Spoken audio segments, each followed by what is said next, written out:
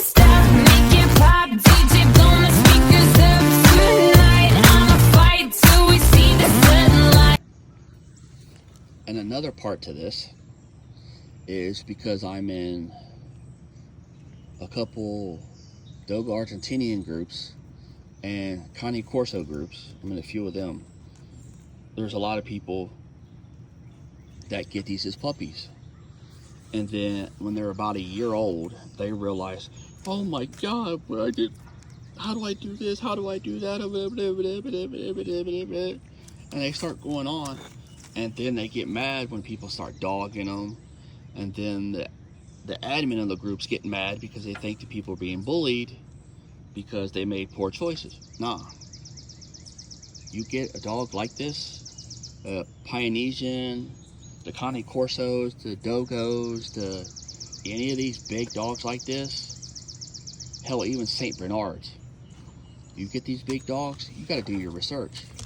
Apollo, I researched him 5 years.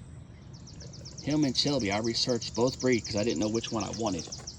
And they would have been $5,000 a piece if I'd have paid for them. Got them as puppies, at least $5,000. So I did a lot of research on them because I still had my 3 pit bulls. So I didn't know if I was going to get one while I had them or while I was going to wait till they were gone. I didn't know. And it ended up being, actually, no, I had 4 then. Because it was Goliath, Lady, Abby, and Little Bit. So yeah, there was 4. So that's, when I got Goliath, is when I did the research. Goliath was a rescue, and he was supposed to be kind of a part-time thing because I really couldn't take care of him at that moment because I done had the 3. But I ended up keeping him till I had to put him down because of the hell was it he got? Renal failure from hip dysplasia. He ended up with renal failure, and there wasn't nothing that we could do about it. So I did the research on them, and I was in the group, and that's how I got them. But there's a lot of people that's in there, they realize after when they're about a year old, year and a half old, when they start really hitting puberty, and they start being the dog that they are going to be for the rest of their life. And I've been kicked out of a few groups because of it. Because I tell them, look, your dumbass should have made better choices. It's like one lady, her dog just turned a year and a half old. It was a Cane Corso, and he start having aggression. That's normal. They're trying to fill you out. Shush. Hey. No. Because they're trying to see if you're going to be the alpha or if they're going to be the alpha. And that's just pretty much how it works. Shush. No. So because he was trying to discern who the alpha was, she was trying to get rid of him because she couldn't handle him. And everybody kept saying, that's the time to go get the training because now he's trying to insert his dominance and you don't need to get rid of him. Just take him and get him took care of. I mean, it's not that hard. I mean, if I got him and I would have needed to pay for training if I couldn't correct him, I would have paid for it. He was already trained and already knows somewhat what I'm doing, how I've been with all my other animals, so it's just the same thing as well. Yeah, I'm trying to get the Alicia so the phone's there. Because we were just outside. And as you can see, Apollo was barking and he went to play. But anyway, I'm getting sidetracked.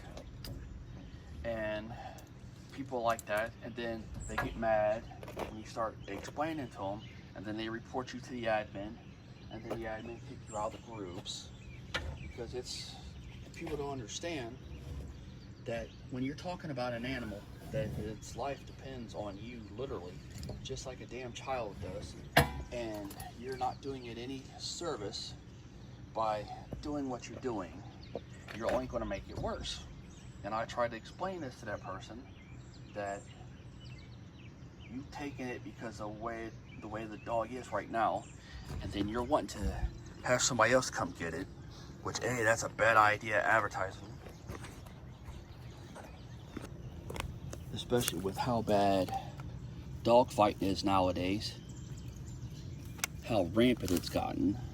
So just trying to give it to just anybody, it could end up in a really bad place. And then just not wanting to do it. I mean, I can understand if you get into a situation where you can't have the dog. I've been in that situation twice, and I lost two very important dogs to me because of it. I had a pit bull my ex-wife had bought me when we first got together, and the landlord found out about it. I guess we were paying it somehow or another. I don't remember. It's been 30 years ago. We got it and thought we could have it. Had the dog for a really long time, and then come to find out we couldn't have it. So I gave her to my boss at the store I worked at, and then she got a hold of a Brillo pad, and instead of my boss taking her to the vet, she just fucking let it go, and it killed her. And then Sammy, I was living with my dad. I was like 19, I think. And my dad let his dogs mess with him, and then it was big to do between me and my dad, and I had to call the pound on him or leave. And at that moment, I didn't have nowhere else to go, so it is what it is, and I was upset over that. So there's that. But all my other animals, I have fought with and kept with, and I refuse to give them up. I'll be homeless first. I will. I will just go live on the streets with my dogs before I let someone try to tell me that I have to get rid of them just to live somewhere or whatever. That's just not going to happen. And my wife will tell you off jump, you say something about my dogs, you're out the door. I don't give a fuck how long we've been together. My animals are my animals. That's it. That's a dictatorship. You don't like it, get over it. Because animals are more important to me than humans. Because I can relate to them, as you can tell in the other videos. And that's just how it is. We get along better. I know I got a little sidetracked, but kind of the thing. And it's back to the subject at hand. Dogs like the Dogos and the Corsos and the Polynesians and the bigger dogs. People don't realize, even the Great Danes, people don't realize that when you get a dog that statute and that caliber, it is a lot of work. A lot of work. And it's a 24/7 alpha. 24/7. I'm telling you. People don't believe me, and I've been in these groups now. Shit. I've had Shelby 4 years. I've had Shelby 5 years. I've had Apollo 3, I think. Yeah, I've had Apollo 3 because Falcor is 3, and I got Apollo before we got Falcor. So at least 3 years. And I try to tell these people, because I've had dogs all of my adult life, that the bigger dogs are that way, and it's just a trip. And that you have to be the alpha. Oh no, you don't. There's no such thing. The dogs are not pack animals. Blah blah blah blah blah blah blah blah. Statistics this, statistics that. It's okay, whatever. You're gonna find out. And they find out, and they get mad, and I told you so. It's a 24-hour job, and it's been my experience of the past 30 years that it doesn't matter what the dog it is. It is a pack mentality, and you have to be the alpha. It's just with the smaller dogs I had, I didn't have to be the alpha as much as I've had to with the pit bulls, the wolf, and now these guys. The bull mastiff I had, I was kind of the alpha, but I really didn't have to be so dominant because he was really pretty laid back because he was the runt. But a lot of the other ones had to be. It's just, that's how it was. Because if not, they would try to run your ass over. And I try to explain that to people, and people just can't get that through their heads. So when you are trying to get that said rescue from the pound, or that said rescue from somebody off Facebook, you don't know what you're getting. Not a clue. You don't know. So with that being said, you have to be mindful about it, because you don't know how that animal had lived, and whether it's a cat or a dog. I mean, because I can tell you right now from experience, cats, if they're mistreated, they will hate humans. I knew this guy I knew. It was one of my best friends' brother. His name was Scott. He's dead by now. I know he's dead. And when Scott would come over, instead of just kind of shooing the cat away, he would kick this cat. Just to get it away, he would kick it. So it come to a point in time, this said cat, when Scott would show up to this house that he was visiting, I forget what relation they were to Scott. Come on, Shelby, move. When he would show up to this house, this cat would be at the door, because the cat knew he was there. Never understood how, but the cat knew he was there. And that cat would go out the door and piss on Scott's feet every fucking time and walk back in the house. Every time. So, because of the way Scott was to that cat, that's why the cat was the way it was. So, when you're getting a cat from there, it could be the same problems. You don't know. Because, like I said in the other videos about the dogs, animals you just don't know when you're getting them from the pound, because you don't know how their life is. And if you've never done it before and you have kids, it's not a good idea to. It really isn't. And I try to tell people that, and they hard-headed. Because it's like nowadays, and I know I've said this 4 or 5 times already, people won't take care of their kids. That's why the country is the way it is. So that being said, how are you going to take care of an animal that needs just as much attention and work as the kid does, if not more? So I mean, it makes no sense.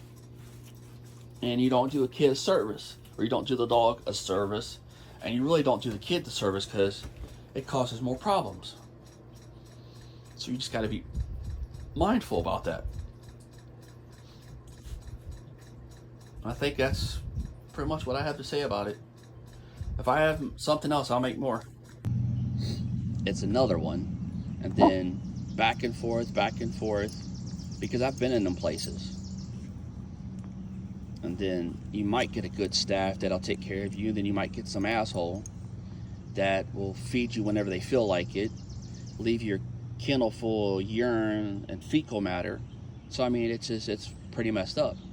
So then the psychological and the physicalness of that, and then you go to someone's home and then they start beating your ass because you're acting a certain way, and they can't understand why they're having the same thing done to them that was done before. So you got to understand that when you get an animal from the shelter, there's a lot of baggage. Just like a foster kid, or just like an abused person. There's a lot of baggage there, and you have to understand that baggage, and you got to take care of it. And I've seen a lot of people that had kids get rescued, and I think that one that I was talking about in the other video had kids, so that's why he ended up returning the dog, because he thought it was going to be okay, and it wasn't. If you have other dogs, say you got one dog and you want to go rescue another dog, you take that dog with you, your dog, If they don't interact good together away from that kennel, don't get it, because it's going to be problems. And people nowadays, they can't even take care of their kids. They're too busy on their phones and on social media trying to get attention, so they can't give the care that the animal requires. And these two goobers have required a lot. She's cost me a lot. A lot of heartache. But it was kind of my fault, so there's that. I dealt with it. She's still alive. It is what it is. So you just got to be mindful about that. If you have cats, don't do it. I have cats, or I had a cat, and they said that she would kill a cat. Not happening. She didn't. I knew that cat would fuck her up.